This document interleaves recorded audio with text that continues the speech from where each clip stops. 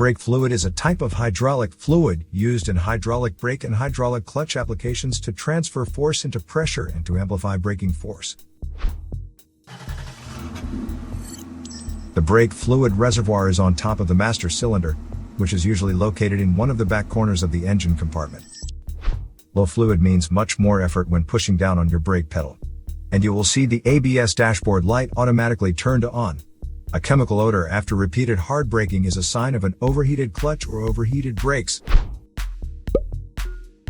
Stop driving if you find these symptoms in your car, and repair your vehicle immediately. To save more money on car expenses, claim a free engine code scanner by clicking the link here or at the description link below. You're also welcome to leave comments below. Our mechanic professionals will answer them shortly. Don't forget to like and subscribe to our channel. Thanks again for watching this video.